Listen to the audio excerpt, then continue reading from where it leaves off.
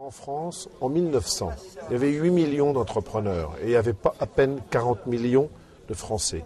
Aujourd'hui, on est 63 millions de Français et il y a 2 750 000, 2 800 000, disons, entrepreneurs. Vous voyez, à l'époque, c'était énormément de petites activités qui permettaient aux gens de vivre, hein, qui étaient du commerce de proximité, du petit artisanat, vous savez, les ramoneurs, les bougnats, les bistrots, les épiceries, et ainsi de suite. Donc, aujourd'hui, on est en train de repartir vers une organisation de la société avec des métiers tout autres, évidemment, qui n'ont rien à voir, service à la personne, par exemple, toutes ces notions-là qui sont très différentes et qui génèrent, en fait, des activités, des valeurs ajoutées. Voilà, donc, ce projet qui est proposé, c'est une adaptation à l'évolution de la société. On ne pouvait pas rester avec les barrières qu'il y avait jusqu'à maintenant. Vous avez des quantités de gens qui vivent de très peu de choses, qui par exemple pendant l'époque où c'est les récoltes en été vont gagner 2 000 € en allant chez un agriculteur.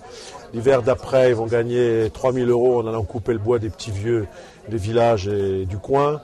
Ils vont aller donner la main à une certaine époque à une entreprise qui fait ci, qui fait ça. Ce type, en fait, aujourd'hui, il n'a pas la possibilité de faire ça, sauf à travailler au noir. Mais s'il travaille au noir, il n'a pas d'assurance en cas de pépin, il n'a pas de protection vieillesse, il n'a pas de protection maladie, bien entendu. Là, d'un seul coup, on lui offre tout avec un statut tout simple.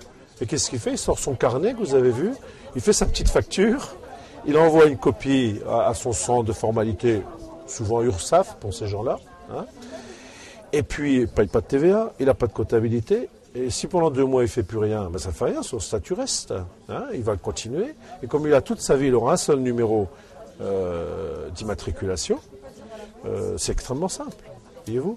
Donc des services de cette nature, en ville, il y en a beaucoup. On parle de service à la personne, mais c'est quand même un domaine immense, le service à la personne. Hein.